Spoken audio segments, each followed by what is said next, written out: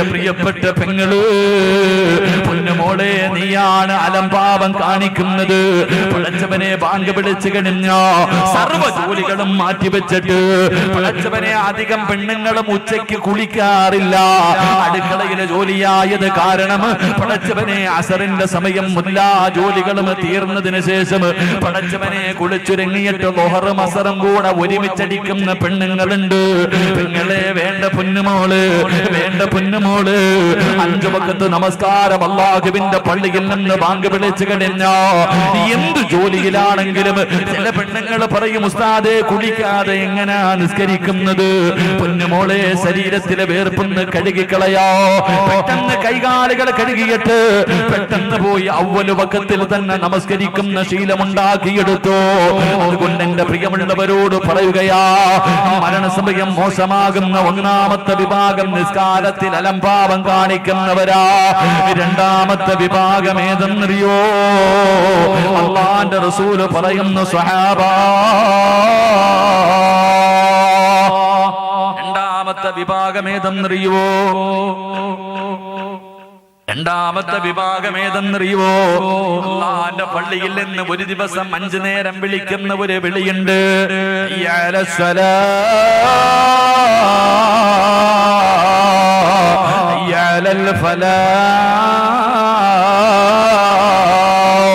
അല്ലാഹുവിന്റെ പള്ളിയിൽ നിന്ന് 5 നേരം ബാങ്ക് വിളിക്കുമല്ലോ. ആ ബാങ്ക് വിളിക്കുന്ന സമയത്ത് ഏതെങ്കിലും ഒരു മനുഷ്യന് സംസാരിച്ചാ, എത്ര തഴമ്പുണ്ടെങ്കിലും എത്ര നീളമുള്ള താടിയുണ്ടെങ്കിലും നീ എത്ര കൊലകൊമ്പനാണെങ്കിലും മരണസമയത്തിൽ ലാ ഇലാഹ ഇല്ലല്ലാഹ് പറയാൻ നിനക്ക് കഴിയില്ലെന്ന് നബി മുഹമ്മദ് മുസ്തഫ. നബി മുഹമ്മദ് മുസ്തഫ, നബി മുഹമ്മദ് മുസ്തഫ. ലാ ഇലാഹ ഇല്ലല്ലാഹ് പറയാൻ കഴിയാത്ത രണ്ടാമത്തെ വിഭാഗം അള്ളാന്റെ പള്ളിയിൽ നിന്ന് ബാങ്ക് വിളിക്കുമ്പോ വഅദ് പറയുന്ന മനുഷ്യൻ. അല്ലേ? അള്ളാന്റെ പള്ളിയിൽ നിന്ന് ബാങ്ക് വിളിക്കുമ്പോ നിന്റെ ഫോൺ ഒന്ന് താഴ്ത്തി വെക്കാൻ നിനക്ക് സമയമില്ല, ഒരു പരിഗണനയുമില്ല. അള്ളാന്റെ പള്ളിയിൽ നിന്ന് ബാങ്ക് വിളിക്കുമ്പോ സംസാരം പള്ളിയുടെ കമ്മിറ്റി ഓഫീസിനകത്ത് വരെ സംസാരം നിർത്തൂല. അള്ളാന്റെ പള്ളിക്കകത്ത് ബാങ്ക് വിളിക്കുമ്പോ കമ്മിറ്റി ഓഫീസിനകത്ത് പോലും പള്ളിക്കകത്തിരുന്നിട്ട് പോലും അള്ളാഹുബെ സംസാരം. അള്ളാഹു നമുക്ക് ഈമാൻ തരുമാറാകട്ടെ. അള്ളാഹു ഈമാൻ തരുമാറാകട്ടെ. സാരം നീ രക്ഷപ്പെടൂല വാപ്പാ, നീ രക്ഷപ്പെടൂല. അള്ളാന്റെ പള്ളിയിൽ നിന്ന് ബാങ്ക് വിളിക്കുന്ന സമയത്ത് സംസാരിക്കുന്ന പെണ്ണെ, മരണസമയത്ത് നിന്റെ നാക്ക് പൊക്കിയിട്ട് നിനക്ക് ഷഹാദത്ത് കലിമ പറയാൻ കഴിയില്ലെന്ന് നബി മുഹമ്മദ് മുസ്തഫ സല്ലല്ലാഹു അലൈഹി വസല്ലം. കാരണം എന്തേ? എന്റെ പ്രിയമുള്ള സഹോദരങ്ങളെ, മഹാനായ സയ്യിദുനാ അലി ഇബ്നു അബീ ത്വാലിബ് റളിയല്ലാഹു തആല അൻഹു പറഞ്ഞു, 6 സമയങ്ങളിൽ ഏതെങ്കിലും ഒരു മനുഷ്യൻ സംസാരിച്ചാൽ 30 കൊല്ലം കഷ്ടപ്പെട്ട് ഇബാദത്ത് എടുത്തത് മുഴുവനും നഷ്ടപ്പെട്ടു പോകും. അല്ലാഹു കാത്തിരക്ഷിക്കുമാറാകട്ടെ, അല്ലാഹു കാത്തിരക്ഷിക്കുമാറാകട്ടെ. 6 സമയങ്ങളിൽ ആരെങ്കിലും ദുനിയാവിന്റെ കാര്യം സുഖമാണോ എന്ന് ചോദിച്ചാൽ മതി. ഇങ്ങനെ കൂട്ടുകാരനെ കാണുമ്പോൾ അളിയ സുഖമാണോടാ, മക്കളൊക്കെ നന്നായിരിക്കുന്നോടാ, ഇത് ദുനിയാവിന്റെ കാര്യമാണ്. ഈ 6 സമയങ്ങളിൽ ആരെങ്കിലും ദുനിയാവിന്റെ കാര്യം പറഞ്ഞ 30 കൊല്ലം കഷ്ടപ്പെട്ടത് മുഴുവൻ നഷ്ടമായി പോകും. അല്ലാഹു കാക്കുമാറാകട്ടെ, അല്ലാഹു കാക്കുമാറാകട്ടെ. അതിലെ ഒന്നാമത്തെ സമയം ബാങ്ക് വിളിക്കുന്ന സമയത്ത് സംസാരിച്ച, ബാങ്ക് വിളിക്കുന്ന സമയത്ത് സംസാരിച്ചാൽ എന്റെ പ്രിയമുള്ളവരെ, പ്രവാചകൻ എവിടെന്ന് പറയുകയാ, അല്ലാഹുവിന്റെ പ്രവാചകൻ എവിടെന്ന് അതാ മഹാനായ അലിയാരിതങ്ങൾ പറയുകയാ, ബാങ്ക് വിളിക്കുന്ന സമയത്ത് സംസാരിക്കുന്ന മനുഷ്യനുണ്ടല്ലോ, അല്ലാഹുവേ, ഒരു പ്രാവശ്യം, ഒരേ ഒരു പ്രാവശ്യം സംസാരിച്ചാൽ 30 കൊല്ലത്തെ അമല് നഷ്ടപ്പെട്ടു പോകുമെന്ന് പറയുമ്പോ അല്ലാഹുവേ, മരണസമയത്തിൽ ലാ ഇലാഹ ഇല്ലല്ലാഹ് പറയാ കഴിയൂല. 1, 30 കൊല്ലത്തെ അമല് നഷ്ടപ്പെടുകയാണ്. 2, പടച്ചവരേ, അല്ലാഹുവേ, നല്ല മരണം കിട്ടൂല. ബാങ്ക് വിളിക്കുന്ന സമയത്ത് സംസാരിക്കുന്ന ഒരു മനുഷ്യൻ എങ്ങനെയാണ് നാളെ പരലോകത്ത് കടന്നു വരുന്നതെന്നറിയുവോ? അല്ലാഹുവിന്റെ പ്രവാചകൻ അവരെന്ന് പറയുന്നുണ്ട്, പട്ടിയുടെയും പന്നിയുടെയും കഴുതയുടെയും പേപ്പെട്ടിയുടെയും പെൺതാരങ്ങളിൽ കുടികുത്തി വെച്ച് ഇടഞ്ഞും നടന്ന കുഷ്ഠരോഗിയെ പോലെ മുകുതമലയോളം വലിപ്പമുള്ള വയറ് വലിച്ചുകൊണ്ട് ഇടഞ്ഞും നടന്ന നാളെ പടച്ചിറപ്പിന്റെ പരലോകത്തേക്ക് 41 വിഭാഗത്തിൽ അല്ലാഹുവിന്റെ പ്രവാചകന്റെ സമുദായം കടന്നു വരുമെന്ന് ലോകത്തെ ലോകത്തിന്റെ നേതാവ് പറയുമ്പോ ഇവിടത്തെ പള്ളിക്കാട്ടിൽ നിന്ന് ഒരു വിഭാഗം എഴുന്നേറ്റ് വരികയോ, നാളെ പടച്ചറപ്പിന്റെ പരലോകത്ത് കോടാടി കോടി ജനങ്ങൾ മുഴുവനും നിൽക്കുമ്പോ പട്ടികയുടെ കോലത്തിൽ എഴുന്നേറ്റ് വരുന്ന ഒരു വിഭാഗമുണ്ട്, പട്ടികയുടെ രൂപത്തിൽ എഴുന്നേറ്റ് വരുന്ന ഒരു വിഭാഗമുണ്ട്. അല്ലാ, അവരാരെന്നറിയോ? അവരാരെന്നറിയോ?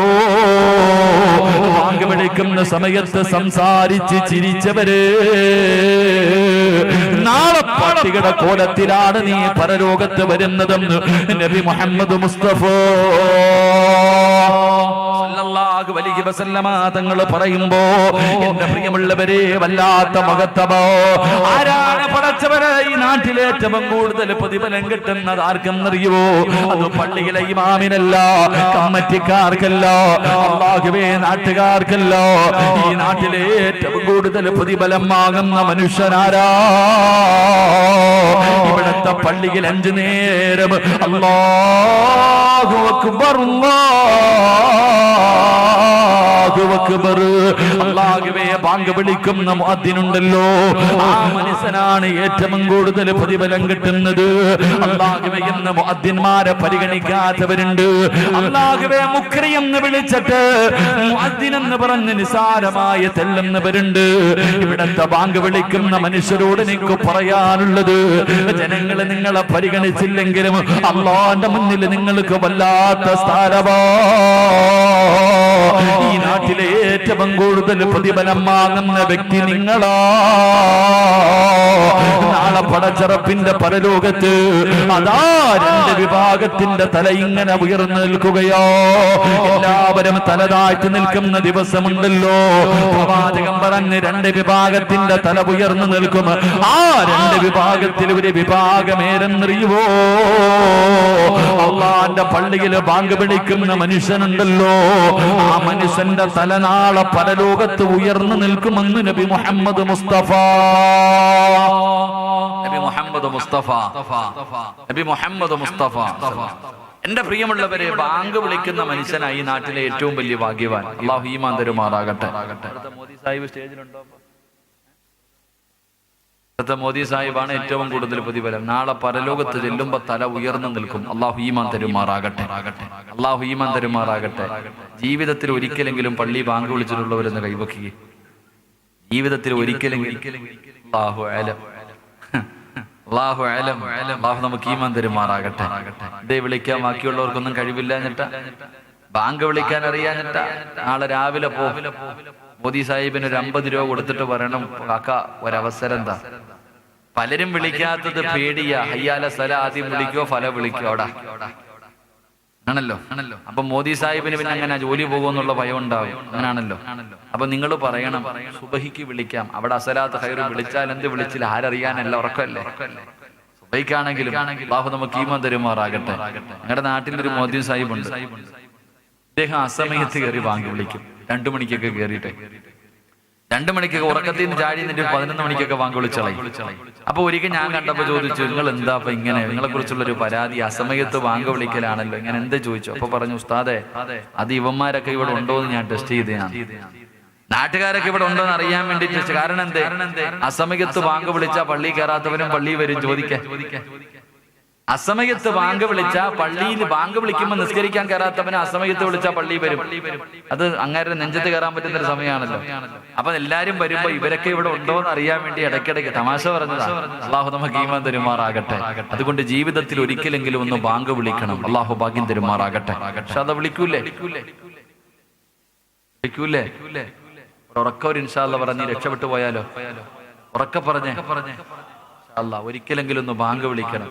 അല്ലെങ്കിൽ നീ ബാങ്ക് വിളിക്കാൻ പള്ളിയിൽ പോകണമെന്നൊന്നുമില്ല. നീ നിസ്കരിക്കുന്ന സമയത്ത് നിനക്ക് ഒറ്റയ്ക്ക് നിസ്കരിക്കുമ്പോൾ വിളിച്ചിട്ട് നിസ്കരിക്കാമല്ലോ. നീ ഒറ്റയ്ക്ക് നമസ്കരിക്കുന്ന സമയത്തെങ്കിലും ബാങ്ക് ഇഖാമത്തും കൊടുത്തിട്ട് നിസ്കരിക്ക്. അള്ളാഹു നമുക്ക് ഈമാൻ തരുമാറാകട്ടെ. അള്ളാഹുവിന്റെ പ്രവാചകൻ പറഞ്ഞു, ബാങ്ക് വിളിക്കുന്ന സമയത്ത് ഒടുക്കത്തെ ഫോണാ നിന്റെ ഫോൺ. ആ സമയത്തെ അടിക്കത്തുള്ളൂ. വയത് പറയാ, അള്ളാന്റെ പള്ളിയിൽ ഒതുവെടുക്കുന്ന സമയത്ത് പോലും ജനങ്ങൾ മാറി നിൽക്കും ഈമാനുള്ളവർ. പള്ളി പോകുമ്പോ നോക്ക്, ഹൗലും കരകി നിൽക്കുമ്പോ ബാങ്ക് വിളിക്കുമ്പോ അള്ളാനെ പേടിയുള്ള പണ്ടത്തെ വാപ്പമാരുണ്ടല്ലോ മാറി നിൽക്കാറുണ്ട്. കാരണം എന്തെന്നറിയോ? ഒതുവെടുക്കുന്ന സമയത്ത് പല ദിക്റുകളും പറയാനുണ്ട്. ഒതുവെടുക്കുന്ന സമയത്ത് പല ദിക്റുകളും പറയാറുണ്ട്. അപ്പൊ ബാങ്ക് വിളിക്കുന്ന സമയത്ത് ദിക്റ് പറഞ്ഞ അല്ലാഹുവേ ആക്കിബത്ത് മോശമായി പോവോ. അത് കണ്ടിട്ട് അള്ളാനെ പേടിയുള്ള വാപ്പമാര് ഒതുവെടുക്കുന്നത് പോലും നിർത്തി വെച്ചിട്ടിരിക്കുന്നത് കാഴ്ച കാണാം. അള്ളാഹു ഈമാൻ തരുമാറാകട്ടെ. നമ്മളോ വയലു പറഞ്ഞോ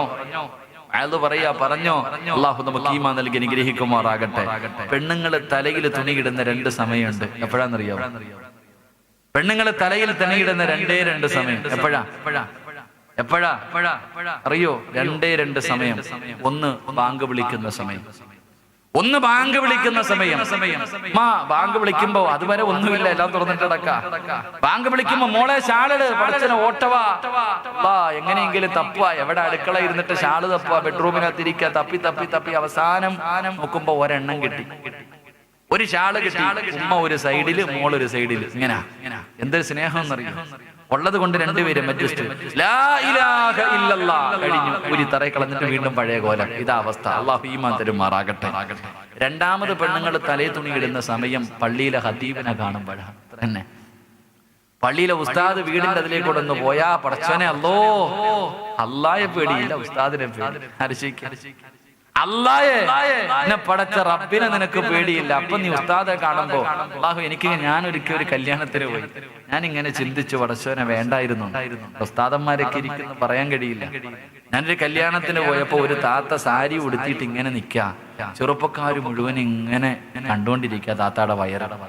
താത്താടെ വയറിങ്ങനെ കണ്ടുകൊണ്ടിരിക്കുക. അപ്പോഴാ ഞാൻ കയറി ചെന്നപ്പോഴത്തേക്കും ചെറുപ്പക്കാർക്കൊക്കെ വലിയ സന്തോഷം. അളിയ നോക്കടാ. ഞാൻ വിചാരിച്ചു എന്തേ പടച്ചോനെ അത്ഭുതം, നോക്കടാ എന്ന് പറഞ്ഞു വല്ലാത്ത ഉത്സാഹം. എന്താ സത്യത്തിൽ ഞാൻ കയറി ചെന്നപ്പോ ഈ താത്ത സാരിയുടെ തുമ്പെടുത്ത് തലയിലിട്ട്. അപ്പൊ പിന്നെ ഇവിടെ മുഴുവനും അങ്ങ് തുറന്നു. അപ്പൊ ഉസ്താദ് പോയതാ നല്ലത് അല്ലേ. ആകെ അല്പം വയറും കാണിച്ചുകൊണ്ടിരിക്കുവായിരുന്നു. ഞാൻ ചെന്നപ്പോഴത്തേക്ക് ഉള്ളതും കൂടെ തുറന്നു കാണിച്ചു. കാരണം എന്റെ കട തലയിൽ തുണി ഇട്ടതാ. ഞാൻ ചിന്തിച്ചു പടച്ചോനെ ഇവിടെ ഇടണ്ടായിരുന്നു. കാരണം എന്റെ പ്രിയപ്പെട്ട സഹോദരങ്ങളെ, അല്ലായ ആലോചിക്ക്, എല്ലാം നമ്മളൊന്ന് ചിന്തിക്കുക. അല്ല എല്ലാം കണ്ടുകൊണ്ടിരിക്കല്ലേ. അല്ല എല്ലാം കാണുന്നു എന്ന് എനിക്ക് നിങ്ങൾക്കും അറിയാം. എന്നിട്ടും തെറ്റ് ചെയ്താൽ അതിന്റെ അർത്ഥം എന്തെന്നറിയാം? അല്ല കണ്ടാ എനിക്കിവിടെ എന്തുവാ? അതന്നെ അല്ല കാണുന്ന. നിങ്ങൾ ആലോചിക്കേ, നമ്മൾ എന്തെങ്കിലും ഒരു തെറ്റ് ചെയ്തുകൊണ്ടിരിക്കുമ്പോ വീട്ടിലേക്ക് ആരെങ്കിലും കയറി വന്നാൽ പെട്ടെന്ന് മാറും. കാരണം എന്താ? ആ വരുന്നവൻ ആലോചിക്കേ അല്ലാനെ തരം താഴ്ത്തുവാ. നിന്റെ വീട്ടിൽ നീ ഒരു എന്തെങ്കിലും ചെയ്തുകൊണ്ടിരിക്കുമ്പോ ആരെങ്കിലും കയറി വന്നാൽ കാണുമെന്ന് പറഞ്ഞിട്ട് നീ മാറുന്നു. എന്നാൽ അല്ല ഇതൊക്കെ ലൈവായി കണ്ടോണ്ടിരിക്കുക. അതില്ല. അല്ലാഹുവിനെ എങ്ങനെയും തരം താഴ്ത്തരുത്, രക്ഷപ്പെടൂല എന്ന് നബി മുഹമ്മദ് മുസ്തഫ. സാധാരണ ഒരു മനുഷ്യന്റെ പരിഗണന പോലും അല്ലാഹുവിന് നൽകാത്തവർ. എന്റെ പ്രിയപ്പെട്ടവരെ, അല്ലാഹു കണ്ട എനിക്കിവിടെ ഒന്നുമില്ല എന്നതിന്റെ അർത്ഥമാണ് നീ അല്ല കണ്ടുകൊണ്ടിരിക്കുക നീ ചെയ്യുന്നത്. അല്ലാഹു നമ്മളെ കാത്തിരക്ഷിക്കുമാറാകട്ടെ. അതുകൊണ്ട് പ്രവാചകൻ പെട്ടെന്ന് പറയുകയാണ്, മരണസമയത്തിൽ ലാ ഇലാഹ ഇല്ലല്ലാഹ് എന്ന് പറയാൻ കഴിയാത്ത 2ാമത്തെ വിഭാഗം ആരെന്നറിയുവോ? അല്ലാഹുവിന്റെ പള്ളിയിൽ നിന്ന് ബാങ്ക് വിളിക്കുന്ന സമയമുണ്ടല്ലോ, ആ ബാങ്ക് വിളിക്കുന്ന സമയത്ത് സംസാരിക്കുന്ന മനുഷ്യനാണെന്ന് നബി മുഹമ്മദ് മുസ്തഫ സല്ലല്ലാഹു അലൈഹി വസല്ലമ തങ്ങൾ പറയുമ്പോ, മരണസമയത്തിൽ ലാ ഇലാഹ ഇല്ലല്ലാഹ് എത്ര പ്രാവശ്യം പറഞ്ഞു കൊടുത്താൽ, എത്ര വലിയ ഉയരമുള്ള ആള് പറഞ്ഞു കൊടുത്താൽ, എത്ര വലിയ പണ്ഡിതൻ പറഞ്ഞു കൊടുത്താൽ പറയാൻ കഴിയാത്ത 3ാമത്തെ വിഭാഗമാരാ? അല്ലാഹുവിന്റെ റസൂൽ പറയുന്നു, ചെറുപ്പക്കാരാ, മാതാപിതാക്കളെ വേദനിപ്പിക്കുന്ന മക്കളാണെന്ന് നബി മുഹമ്മദ് മുസ്തഫ സല്ലല്ലാഹു അലൈഹി വസല്ലമ തങ്ങൾ പറയുകയാണ്, മരണസമയത്തിൽ ലാ ഇലാഹ ഇല്ലല്ലാഹ് പറയാൻ കഴിയാത്ത 3ാമത്തെ വിഭാഗം ആരെന്നറിയുവോ? അത് മാതാപിതാക്കളെ കണ്ണുനീര് കുടിപ്പിക്കുന്ന മക്കളോ. കഴിയൂല ചെറുപ്പക്കാരാ, എത്ര വലിയ കൊലകൊമ്പനാണെങ്കിലും നിനക്കത് പറയാ കഴിയൂലടാ. കാരണം ചരിത്രം അത് സാക്ഷിയാ. മഹാനായ അൽഖമ റളിയല്ലാഹു തആല അൻഹു, അല്ലാഹുവിന്റെ പ്രവാചകന്റെ സ്വഹാബിയാണ് അൽഖമ റളിയല്ലാഹു തആല അൻഹു. പടച്ചവനെ അവസാനം മരണസമയത്ത് സക്കറാത്തിന്റെ അവസ്ഥയിൽ കിടക്കുമ്പോ തന്റെ ചുറ്റുഭാഗത്ത് സഹാബികൾ നിന്നിട്ട് ലാ ഇലാഹ ഇല്ലല്ലാഹ് പറഞ്ഞു കൊടുക്കുകയാ. പടച്ചവനെ നാവ് പൊങ്ങുന്നില്ല, പറയണമെന്ന് ആഗ്രഹമുണ്ട്, പക്ഷേ കഴിയുന്നില്ല. അല്ലാഹുവിന്റെ പ്രവാചകന്റെ മുന്നിലേക്ക് സഹാബികൾ കിടന്നു വന്നു. നബിയേ യാ റസൂലല്ലാഹ്, അല്ലാഹുവിന്റെ പ്രവാചകരേ, അൽഖമയ്ക്ക് ഷഹാദത്ത് കലിമ പറയാ കഴിയുന്നില്ല നബിയേ. അല്ലാഹുവിന്റെ പ്രവാചകന് ചോദിച്ച ചോദ്യം എന്തെന്നറിയോ? ഉമ്മ ജീവിച്ചിരിപ്പുണ്ടോ സഹാബാ? ഒന്നാമതായി ചോദിച്ച ചോദ്യം ഉമ്മ ജീവിച്ചിരിപ്പുണ്ടോ? നഅം യാ റസൂലല്ലാഹ്, ഉണ്ട് നബിയേ. അൽഖമയുടെ ഉമ്മ ജീവിച്ചിരിപ്പുണ്ട് നബിയേ. അല്ലാഹുവിന്റെ പ്രവാചകൻ പറഞ്ഞു കഴിയുമെങ്കിൽ വിളിച്ചു കൊണ്ടുവാ സഹാബാ. സഹാബികൾ ചെന്നിട്ട് അൽഖമ റളിയല്ലാഹു തആല അൻഹുവിന്റെ ഉമ്മാനെ വിളിച്ചു കൊണ്ടുവരികയാ. പ്രവാചകന്റെ മുന്നിലേക്ക് കടന്നു വന്നപ്പോ അല്ലാഹുവിന്റെ റസൂൽ ചോദിച്ചു, നിങ്ങളുടെ മകനുമായിട്ട് എങ്ങനെയാണ്? അൽഖമയുമായിട്ട് നിങ്ങൾ എങ്ങനെയാണ്? ആ സമയത്ത് ഉമ്മ പറയുന്നു, നബിയേ, അൽഖമ എനിക്ക് വല്ലാത്ത ഇഷ്ടമായിരുന്നു നബിയേ. അൽഖമാന എനിക്ക് വല്ലാത്ത ഇഷ്ടമായിരുന്നു, അവനോട് വല്ലാത്ത സ്നേഹമായിരുന്നു. പക്ഷേ വിവാഹം കഴിച്ചു കഴിഞ്ഞപ്പോ എന്റെ മകന് എന്നെക്കാളും സ്നേഹം അവനവന്റെ ഭാര്യയോടാണ് നബിയേ. ഒരു അല്ലാഹുവിന്റെ റസൂലിനോട് പറയുകയാ, ഞാൻ താലോലിച്ച് പൊന്നുപോലെ വളർത്തിയ എന്റെ പൊന്നുമകനുണ്ടല്ലോ, അവന് വിവാഹം കഴിച്ചു കഴിഞ്ഞപ്പോ അവൻ ഏറ്റവും കൂടുതൽ സ്നേഹം അവന്റെ ഭാര്യയോടാണ് നബിയേ. അതെനിക്ക് സഹിക്കാ കഴിഞ്ഞില്ല നബിയേ.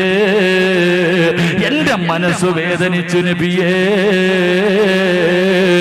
അല്ലാഹുവിന്റെ പ്രവാചകൻ അവിടെ നിന്ന് പറയുന്നു, ഉമ്മ, നിങ്ങളുടെ പൊന്നുമോന് ലാ ഇലാഹ ഇല്ലല്ലാഹ് പറയാൻ കഴിയുന്നില്ല. അവന് സക്കറാത്തിന്റെ അവസ്ഥയിൽ കിടക്കുകയാ.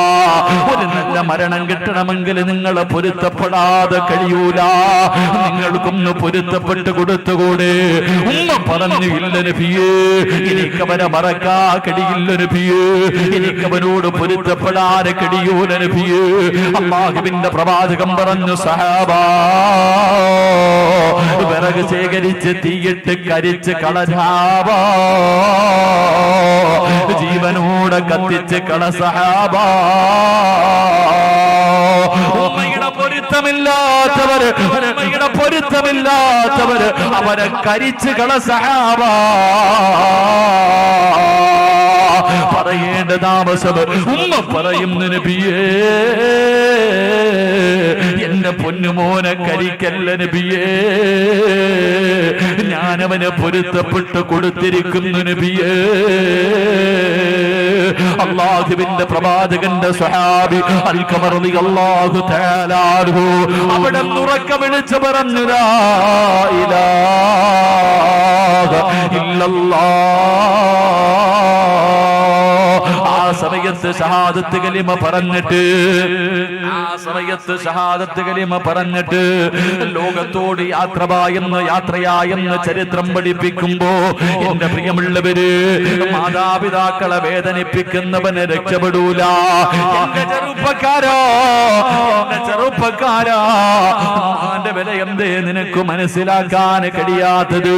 മഹാനായ ലുഖ്മാനുൽ ഹകീം റളിയല്ലാഹു തആല അൻഹു മഹാനവർകൾ പഠിച്ചവരെ, ഉമ്മാനെ വല്ലാത്ത ഇഷ്ടമാ.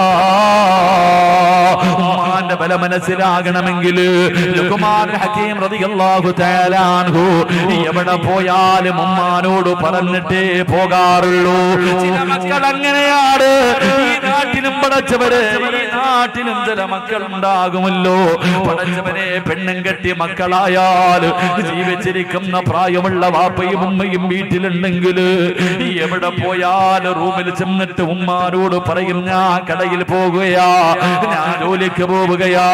ഉമ്മാനോട് പറഞ്ഞിട്ട് പോകുന്ന ചില മക്കളുണ്ട്. ലുക്മാനുൽ ഹകീം റളിയല്ലാഹു തആല അൻഹു, ലുക്മാനുൽ ഹകീം റളിയല്ലാഹു തആല അൻഹു ഉമ്മാനോട് പറഞ്ഞു, ഉമ്മ ഞാനൊരു യാത്രയ്ക്ക് പോവുകയാ, തിരിച്ചു വരുമ്പോ എന്റെ ഉമ്മാൻ എന്താണ് കൊണ്ടുവരേണ്ടത്, എന്റെ ഉമ്മയ്ക്ക് എന്താണ് വേണ്ടത്? ലുക്മാനുൽ ഹകീം റളിയല്ലാഹു തആല അൻഹുവിനോട് ഉമ്മ പറഞ്ഞു, മോനെ ലുക്മാനേ,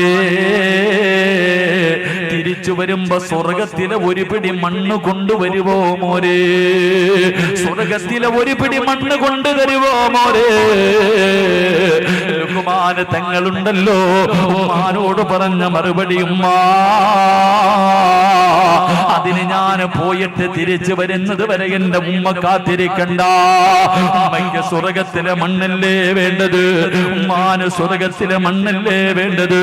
ലുക്മാന് തങ്ങള് തന്റെ ഉമ്മാന്റെ മുന്നിലിരിക്കുകയോ, എന്നിട്ട് ഉമ്മാനോട് പറഞ്ഞു, ഒന്ന് കാലുയർത്തുവോ ഉമ്മ, ഒന്ന് കാലുയർത്തുവോ ഉമ്മ.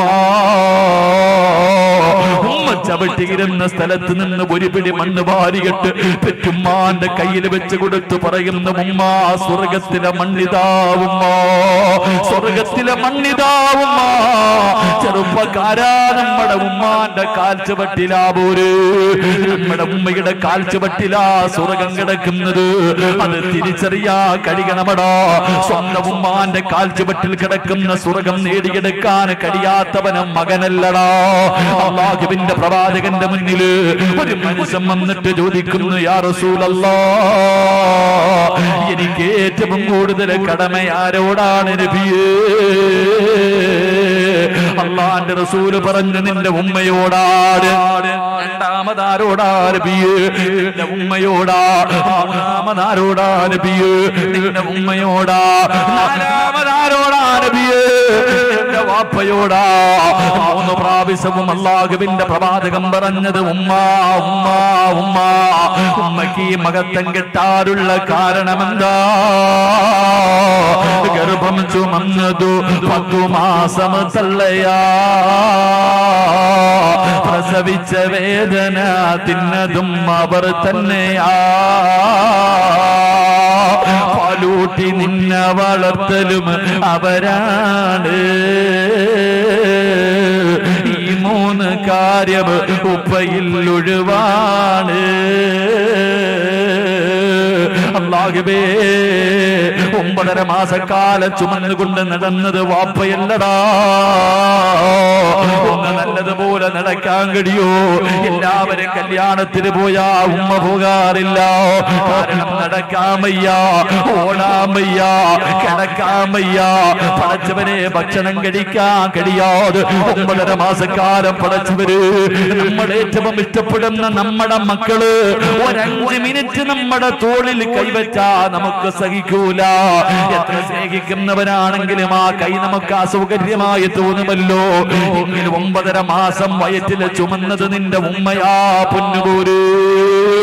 എന്നിട്ടോ മരണവേദനയുടെ വേദനയും നൊന്ത് പ്രസവിച്ചത് നിന്റെ പെറ്റുമ്മയാ. പ്രസവ സമയത്ത് ഉമ്മ കിടന്ന് വിളിച്ച വിളിയുണ്ടല്ലോ, അറിയില്ല ചെറുപ്പക്കാരാ, ആ വേദന നമുക്കറിയില്ലടാ. എത്ര പറഞ്ഞു തന്നാലും നമുക്കത് മനസ്സിലാവൂല. ഉമ്മ അനുഭവിച്ച വേദന വല്ലാത്ത വേദനയാ. അല്ലാഹുവേ, പ്രസവ വേദന സഹിച്ചത് നിന്റെ ഉമ്മയാ. നിനക്ക് 2 വയസ്സാകുന്നത് വരെ പാല് തന്നത് നിന്റെ പെറ്റുമ്മയാ. പട്ടിണിയാണെങ്കിലും രോഗമാണെങ്കിലും എഴുന്നേക്കാൻ കഴിയില്ലെങ്കിലും ഞാനും നിങ്ങളും ഒന്ന് കരഞ്ഞപ്പോ അല്ലാഹുവേ പൊന്നുമോരെ എന്ന് പറഞ്ഞ് കെട്ടിപ്പിടിച്ചു പാല് തന്നത് നമ്മുടെ പെറ്റുമ്മയാ. അതുകൊണ്ട് നിന്റെ ഉമ്മയോടാ കടമ.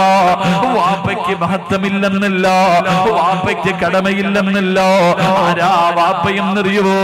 സ്നേഹം കാണിക്കാതെ സർവ്വതും മനസ്സിന്റെ ഉള്ളിൽ കടിച്ചമർത്തിയിട്ട് നടക്കുന്ന നമ്മുടെ വാപ്പ സ്വന്തം ഉരുകിയിട്ട് സ്വന്തം വിയർപ്പല്ല രക്തം വിയർപ്പാക്കിയിട്ട് നമ്മളെ പോറ്റി വളർത്തുന്ന വാപ്പാനെ നമുക്ക് തിരിയാനിട്ടോ റസൂലുള്ള പറയുന്ന നമ്മുടെ വാപ്പയാരെന്നറിയോ? സ്വർഗത്തിന്റെ മധ്യവാതിലാണെന്ന് നബി മുഹമ്മദ് മുസ്തഫ. സ്വർഗത്തിന്റെ കവാടവാമോനെ വാപ്പ. ഉമ്മാന്റെ കാൽച്ചുവട്ടിലാ സ്വർഗം കിടക്കുന്നത്. കരുണക്കടലായ അല്ലാഹ്, ഞങ്ങളുടെ മരിച്ചുപോയ മാതാപിതാക്കളുടെ മണ്ണറ നീ മണിയറയാക്കണേ അല്ലാഹ്. സ്വർഗ കവാടമാക്കണേ അല്ലാഹ്. സ്വർഗത്തിന്റെ കവാടം തുറന്നു കൊടുക്കണേ അല്ലാഹ്. എല്ലാ അനുഗ്രഹവും അവരുടെ ഖബറിന്റെ അകത്ത് നിറച്ചു കൊടുക്കണേ അല്ലാഹ്. ജീവിച്ചിരിക്കുന്ന ഞങ്ങളുടെ മാതാപിതാക്കൾക്ക് നീ ആഫിയത്തും ദീർഘായുസ്സും കൊടുക്കണേ അല്ലാഹ്. അവരുടെ പൊരുത്തം ഞങ്ങൾക്ക് തരണേ അല്ലാഹ്. അവരുടെ കാൽച്ചുവട്ടിൽ കിടക്കുന്ന സ്വർഗ്ഗം ഞങ്ങൾക്ക് തരണേ നാഥാ. സംഘാടകര ബക്കറ്റുമായിട്ട് കിടന്നു വരികയാ. മനസ്സറിഞ്ഞുകൊണ്ട് സ്വന്തം വാപ്പയ്ക്ക് സ്വന്തം ഉമ്മയ്ക്ക് നിങ്ങളെ പോറ്റി വളർത്തിയ നിങ്ങളുടെ മാതാപിതാക്കൾ പടച്ചവര് അവരുടെ ഖബർ വിശാലമാകാ, അവരുടെ ഖബർ സ്വർഗമാകാ, അവരുടെ മണ്ണറ മണിയറയാകാ. ജീവിച്ചിരിക്കുന്ന മാതാപിതാക്കൾക്ക് പടച്ചുറപ്പൊരു നല്ല മരണം കൊടുക്കാറ്, അവരുടെ പൊരുത്തം കെട്ടാറ് മനസ്സറിഞ്ഞുകൊണ്ടൊരു സദക്ക കൊടുക്കാൻ കഴിയുമോ? അല്ലാഹുവേ അല്ലാഹുവേ, ആരെല്ലാം ഒരു നല്ല സദക്ക കൊടുക്കുന്നു അവരുടെ മാതാപിതാക്കളുടെ മണ്ണറ നീ മണിയറയാക്കണേ തമ്പുരാനെ, നീ മണിയറയാക്കണേ റഹ്മാനെ. സ്വല്ലല്ലാഹു അലൈഹി വസല്ലമ തങ്ങൾ പറഞ്ഞു മാതാപിതാക്കളെ വേദനിപ്പിക്കുന്ന മക്കൾക്ക് അല്ലാഹു നല്ല മരണം കൊടുക്കൂല. അല്ലാഹു കാത്തിരക്ഷിക്കുമാറാകട്ടെ, അല്ലാഹു കാത്തിരക്ഷിക്കുമാറാകട്ടെ. എന്റെ പ്രിയമുള്ള സഹോദരങ്ങളെ, 5 കാര്യങ്ങളിൽ നോക്കിയിരിക്കൽ ഇബാദത്തിന്റെ കൂലിയാണെന്ന് നബി മുഹമ്മദ് മുസ്തഫ സ്വല്ലല്ലാഹു അലൈഹി വസല്ലമ തങ്ങൾ പറഞ്ഞു 5 കാര്യങ്ങളിൽ നോക്കിയിരുന്നാൽ മതി പ്രതിഫലം, ഇബാദത്തിന്റെ പ്രതിഫലം. 5 കാര്യങ്ങളിലേക്ക് നോക്കിയിരുന്നാൽ ഇബാദത്തിന്റെ പ്രതിഫലം. ഒന്നാമതായിട്ട് അല്ലാഹുവിന്റെ റസൂൽ പറയുകയാ, ഇബാദത്തിന്റെ പ്രതിഫലം കിട്ടുന്ന ഒന്നാമത്തെ കാര്യം എന്തെന്നറിയോ? അല്ലാഹുവിന്റെ പ്രവാചകൻ എവിടെന്ന് പറയുകയാണ്, ഉമ്മാന്റെ മുഖത്ത് നോക്കിയിരുന്നാൽ നമ്മുടെ പെറ്റുമ്മയുണ്ടല്ലോ, നമ്മളെ പോറ്റി വളർത്തിയ നമ്മുടെ മാതാപിതാക്കളുണ്ടല്ലോ, സമയമില്ലല്ലോ, ഇന്ന് സമയമില്ലല്ലോ ഉമ്മാന്റെ മുഖത്ത് നോക്കാൻ. കാരണം ഉമ്മാന്റെ ഗ്ലാമറൊക്കെ പോയി, ഉമ്മാന്റെ ഗ്ലാമറൊക്കെ പോയി. ഇന്ന് സ്കൂളിൽ പഠിക്കുന്ന മക്കൾക്ക് പ്രായം ചെന്ന തൊലിയെല്ലാം ചുളുങ്ങിപ്പോയ വാപ്പാനെ കാണിച്ചിട്ട് തന്റെ വാപ്പയാണെന്ന് പറയാ നാണക്കേടാ. സ്വന്തം ഉമ്മ ഇതെന്റെ ഉമ്മയാണെന്ന് കൂട്ടുകാരോട് പറയാ മക്കള് കടിമടിക്കുന്ന കാരവാ. മോനെ, അല്ലാഹുവിന്റെ റസൂല് പറഞ്ഞതെന്തെന്നറിയോ? അല്ലാഹുവിന്റെ റസൂല് പറയുകയാ, ഉമ്മാന്റെ മുഖത്ത് നോക്കിയാ ഇബാദത്തിന്റെ കൂലിയാണെന്ന് നബി മുഹമ്മദ് മുസ്തഫ. നബി മുഹമ്മദ് മുസ്തഫ നമ്മുടെ ഉമ്മമാർക്ക് ദീർഘായുസ് കൊടുക്കുമാറാകട്ടെ. ഞാൻ ഇങ്ങോട്ട് വഅദിനിറങ്ങുമ്പോ ഈ പ്രാവശ്യം വഅദിനിറങ്ങിയപ്പോ വല്ലാത്ത സന്തോഷമാണ്.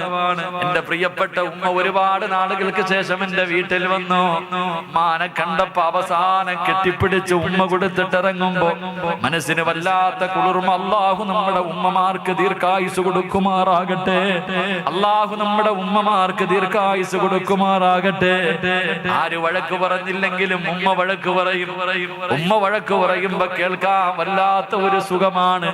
ലോകത്ത് ആര് നമ്മളെ വഴക്ക് പറഞ്ഞാലും നമുക്ക് സഹിക്കൂല.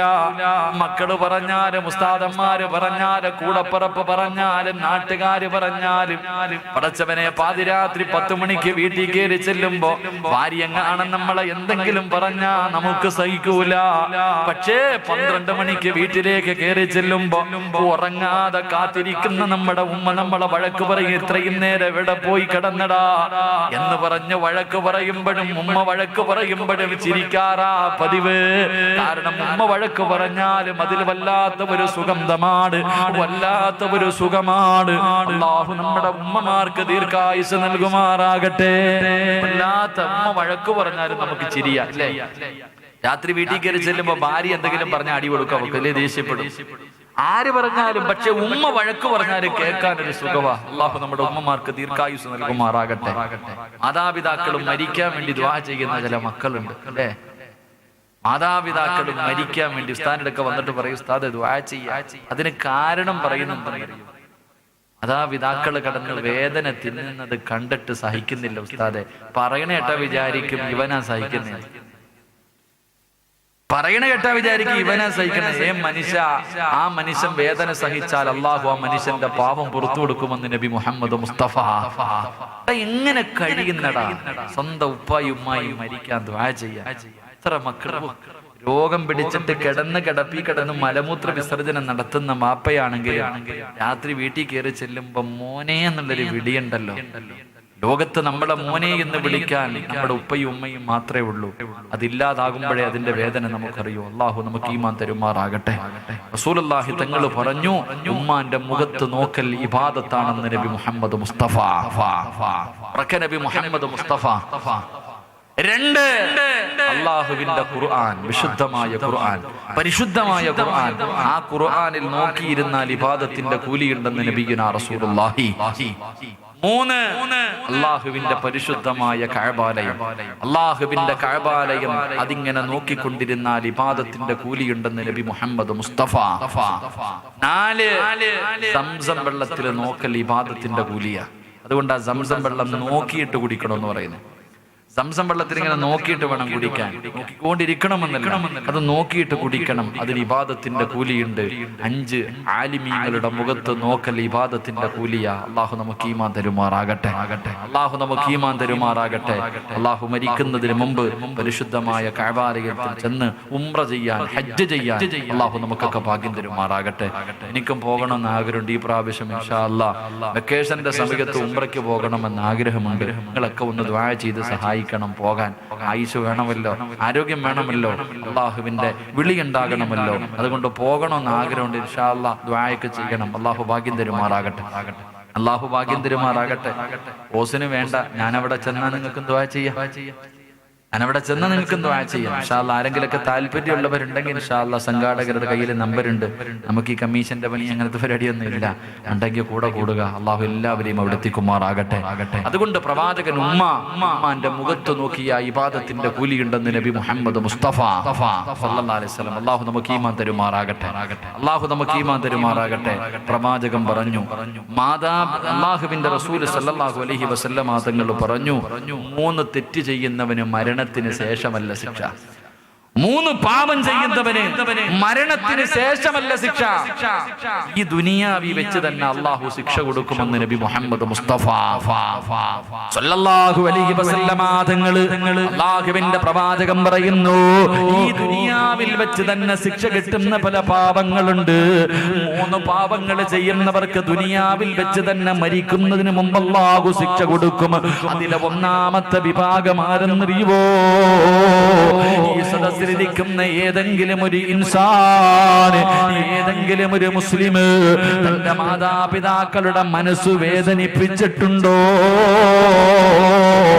മരിക്കുന്നതിന് മുമ്പ് അല്ലാഹു നിനക്ക് 3 ശിക്ഷ തരുമെന്ന് നബി മുഹമ്മദ് മുസ്തഫ സല്ലല്ലാഹു അലൈഹി വസല്ലം തങ്ങൾ പറഞ്ഞു. മാതാപിതാക്കളുടെ മനസ്സ് വേദനിപ്പിച്ചിട്ടുള്ള, തല്ലണ്ട ഇതവിടെ, മാതാപിതാക്കളുടെ മനസ്സിന് വേദനയുണ്ടാക്കുന്ന എന്തെങ്കിലും നീ ചെയ്തിട്ടുണ്ടെങ്കിൽ നിനക്ക് മരിക്കുന്നതിന് മുമ്പ് ഈ ദുനിയാവിൽ വെച്ച് തന്നെ അല്ലാഹു 3 ശിക്ഷ തരുമെന്ന് നബി മുഹമ്മദ് മുസ്തഫ നബി മുഹമ്മദ് മുസ്തഫ. അല്ലാഹു നമ്മളെ കാത്തിരക്ഷിക്കുമാറാകട്ടെ. 11 മണിയായി. നിർത്താൻ സമയമായോ? നിർത്താൻ സമയമായോ? ഇരിപ്പ് കണ്ടിട്ട് എനിക്ക് അങ്ങനെ തോന്നണ. നിർത്തണോ? എനിക്ക് നാളെ വയനാടാ പരിപാടി, ഒന്ന് ചുരം കയറണം. അതുകൊണ്ടാ ഇപ്പൊ അങ്ങ് വിട്ടാ രാവിലെ ആകുമ്പോഴത്തേക്ക് അവിടത്തെ. നിർത്താറായോ? ഈ 3 പാപം, 3 ശിക്ഷ ഏതാണെന്ന് പറഞ്ഞിട്ട് പിരിയാം ഇൻഷാ അല്ലാഹ്. കേൾക്കാൻ താല്പര്യമുള്ളവർ കൈപൊക്കിക്കേ. അൽഹംദുലില്ലാഹ്. അല്ലാഹു ഈമാൻ തരുമാറാകട്ടെ. പ്രവാചകൻ സല്ലല്ലാഹു അലൈഹി വസല്ലമ തങ്ങൾ പറയുകയാ, മാതാപിതാക്കളെ മനസ്സ് വേദനിപ്പിക്കുന്ന എന്റെ പ്രിയപ്പെട്ട മക്കളോട്, എന്റെ പ്രിയപ്പെട്ട ഉമ്മമാരോട്, പെണ്ണന്മാരോട് അല്ലാഹുവിന്റെ റസൂൽ പറഞ്ഞു, നിനക്ക് ദുനിയാവിൽ വെച്ച് തന്നെ പടച്ചുറപ്പ് ശിക്ഷ തരികയാണ്. ഒന്നാമത്തെ ശിക്ഷ എന്തെന്നറിയുവോ? നിന്റെ ആയുസ് അല്ലാഹു വെട്ടിച്ചുരുക്കുമെന്ന് നബി മുഹമ്മദ് മുസ്തഫ സല്ലല്ലാഹു അലൈഹി വസല്ലമ തങ്ങൾ പറയുമ്പോ, എന്റെ പ്രിയപ്പെട്ട സഹോദരിമാരെ, ഭർത്താവിന്റെ കയ്യിൽ പിടിച്ചിട്ട് എന്ന് രാത്രി കരഞ്ഞു, ഉമ്മാനോട് പിണങ്ങി നടക്കുന്ന, വാപ്പയോട് വാശി കാണിച്ച് നടക്കുന്ന നിന്റെ ഭർത്താവിന്റെ കയ്യിൽ പിടിച്ചിട്ട് പറയണം, നിങ്ങൾ ഇന്ന് രാത്രി ഒന്ന് ഫോൺ വിളിക്കൂ, ഉപ്പാനെയും ഉമ്മാനെയും ഫോൺ വിളിച്ച് സംസാരിക്കൂ, ഇല്ലെങ്കിൽ അവരെ പോയി സലാം പറയാതെ ഞാൻ ഇനി പട്ടിണി കിടക്കും, ഭക്ഷണം കഴിക്കൂല. ഭർത്താവിന്റെ മുന്നിൽ സത്യാഗ്രഹം കടന്നോ പെണ്ണ്? ഇല്ലാതെ നീയും നിന്റെ ഭർത്താവിന്റെ കൂടെ കൂടിയ ആ മനുഷ്യനെ വെള്ളത്തുണിയിൽ പൊതിഞ്ഞിട്ട് കൊണ്ടുവരുന്ന ദിവസം വിദൂരമല്ലെന്ന് നബി മുഹമ്മദ് മുസ്തഫ.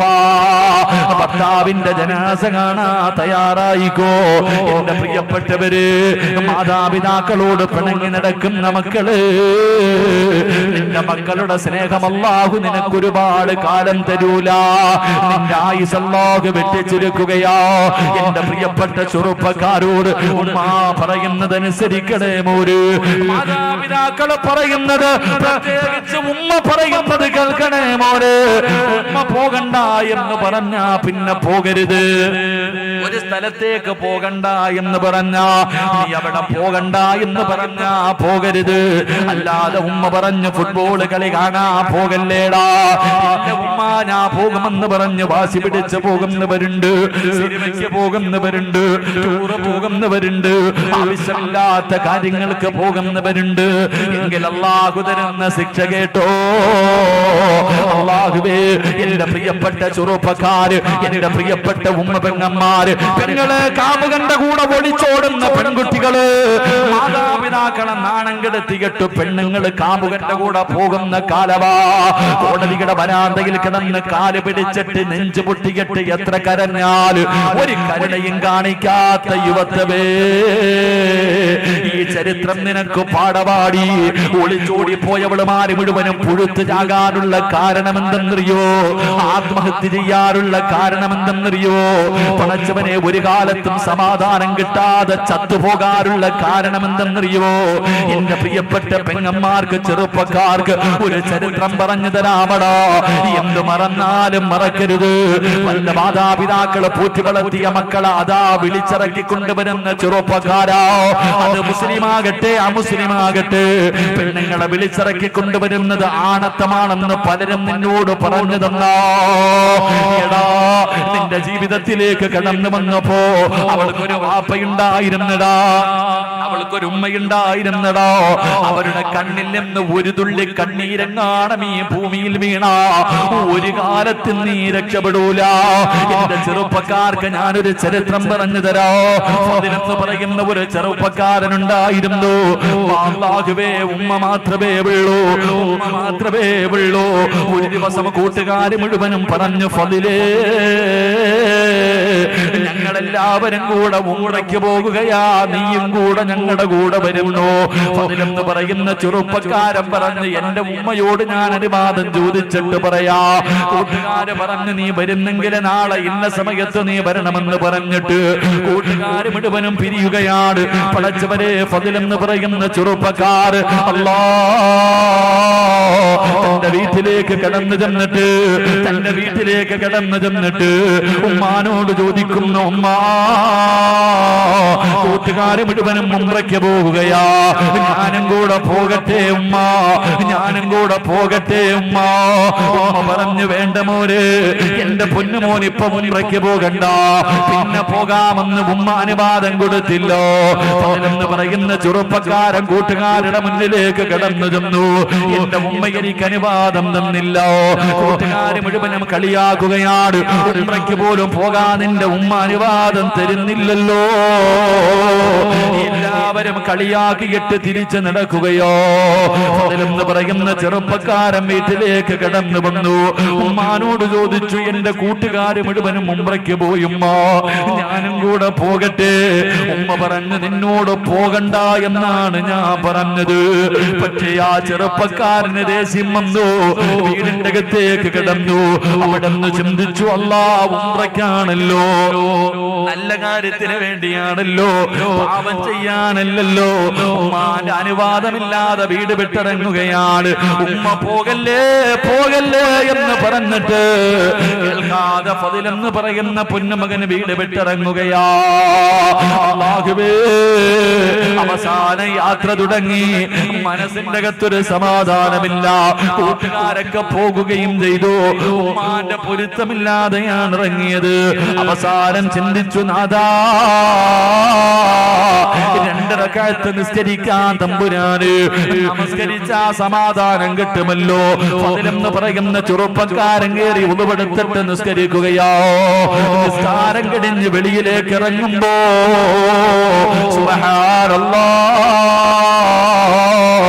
നാട്ടുകാര് പള്ളിയിലേക്ക് ഓടി വന്നിട്ട് ഫദിലിനെ പിടിച്ച് കൈകാലുകൾ കെട്ടുകയാണ്. എല്ലാവരും തല്ലുകയാണ്. കാരണം എന്തെന്നറിയുമോ? അവിടെ ഒരു വലിയ മോഷണം നടന്നു. കള്ളനോടിയത് പള്ളിയുടെ ഭാഗത്തേക്കാണ്. സത്യത്തിൽ കള്ളനോടി രക്ഷപ്പെട്ട് കിടന്നു. ഫദിലാണ് കള്ളനെന്ന് കരുതിയിട്ട് നാട്ടുകാര് പിടിച്ച് കെട്ടുകയോ. കൊടുത്ത ശിക്ഷ എന്തെന്നറിയോ? ഇവനിനി ഒരിക്കലും മോഷ്ടിക്കാൻ പാടില്ല. ഇത് കരങ്ങളും അങ്ങ് വെട്ടിമുറിക്കുകയാണ്. പടച്ചവരെ, 2 കൈപ്പത്തികളും വെട്ടിമുറിച്ചു. 2 കാലും ഇവൻ നടക്കാൻ പാടില്ല. അവന്റെ കാല് 2ഉം വെട്ടിമുറിച്ചു. ഇവന് കാണാനിനി കണ്ണ് വേണ്ട. കണ്ണങ്ങ് ചൂടി നടക്കുകയാണ്. പടച്ചവനെ, ഒറ്റ ദിവസം കൊണ്ട് 2 കൈയും പോയി, 2 കാലും പോയി, 2 കണ്ണും പോയി. എല്ലാവരും കള്ള എന്ന് പറഞ്ഞ് തല്ലുമ്പോ അതിന് വിളിച്ചു പറഞ്ഞു, എന്നെ കള്ള എന്ന് വിളിക്കല്ലേ. എന്റെ ഉമ്മാന്റെ വാക്ക് കേൾക്കാത്തതിന് അല്ലാഹു എനിക്ക് തന്ന ശിക്ഷയാ.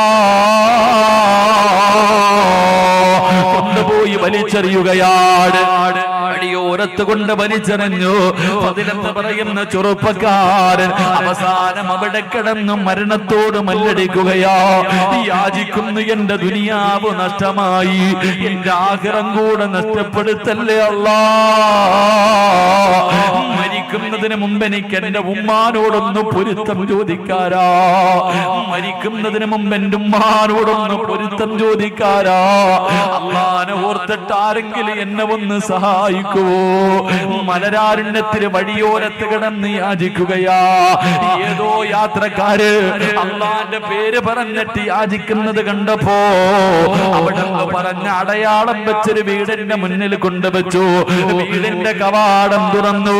ഒരു പ്രായമുള്ള ഉമ്മ ഇറങ്ങി വന്നു. അവര് ചോദിച്ചു, ഉമ്മ, ഈ കിടക്കുന്ന ചെറുപ്പക്കാരനെ അറിയുമോ ഉമ്മ? ഉമ്മ നോക്കുമ്പോ രക്തത്തിൽ കുളിച്ച് കിടക്കുകയാ. അവന് കണ്ണില്ല, കൈയില്ല, കാലില്ല. ആരാണെന്ന് തിരിച്ചറിയാൻ കഴിയുന്നില്ലോ. ഉമ്മ പറഞ്ഞു, എനിക്കറിയില്ല. ഉമ്മാന്റെ ശബ്ദം കേൾക്കുമ്പോ ഫദില് വിളിക്കുന്നു, ഉമ്മ, ഞാനാടുമ്മ, ഉമ്മാടെ പൊന്നുമോന് ഫദിലാ ഉമ്മ. ഉമ്മയുടെ വാക്ക് കേൾക്കാതെ ഇറങ്ങിപ്പോയതിന് അല്ലാഹു എനിക്ക് തന്ന ശിക്ഷയാണുമ്മ. കള്ളു കുടിക്കാൻ പോയതല്ലടോ, വ്യഭിചരിക്കാൻ പോയതല്ലടോ, സിനിമയ്ക്ക് പോയവനല്ലടോ, കറങ്ങാൻ പോയവന്റെ കഥയല്ല, ഒളിച്ചോടിയവന്റെ കഥയല്ല. പെങ്ങള് പടച്ചറപ്പിന്റെ കഅബാലയത്തിൽ പോകുന്നത് നല്ല കാര്യമല്ലേ? അള്ളാന്റെ പള്ളിയിൽ ഉംറയ്ക്ക് പോകുന്നത് നല്ല കാര്യമാണ്. പക്ഷേ ഉമ്മയുടെ അനുവാദമില്ലാതെ പോയവന് അള്ളാഹു കൊടുത്ത ശിക്ഷ ഇതാണെന്ന് ചരിത്രം പറയുമ്പോ മാതാപിതാക്കളുടെ മനസ്സ് വേദനിപ്പിക്കുന്ന മക്കൾക്ക് അള്ളാഹു കൊടുക്കുന്ന ഒന്നാമത്തെ ശിക്ഷ, അല്ലാഹു നിങ്ങളുടെ ആയുസ് വെട്ടിക്കുറയ്ക്കുമെന്ന് നബി മുഹമ്മദ് മുസ്തഫ. രണ്ടാമത്തെ ശിക്ഷ എന്തെന്നറിയോ? രണ്ടാമത്തെ ശിക്ഷ എന്തെന്നറിയോ? മാതാപിതാക്കളുടെ മനസ്സ് വേദനിപ്പിക്കുന്നവന് അല്ലാഹു ഒരു നല്ല മരണം കൊടുക്കൂല. ഈ ലോകത്ത് നിന്ന് യാത്ര പറയുമ്പോ നിനക്ക് റബ്ബ് ലാ ഇലാഹ ഇല്ലല്ലാഹ് പറഞ്ഞിട്ടുള്ളൊരു മരണം നിനക്ക് തരൂല. നിന്റെ അവസാനം മോശമാ, നിന്റെ അവസാനം മോശമാ, നിന്റെ ആഖിബത്ത് മോശമാകുമെന്ന് നബി മുഹമ്മദ് മുസ്തഫ.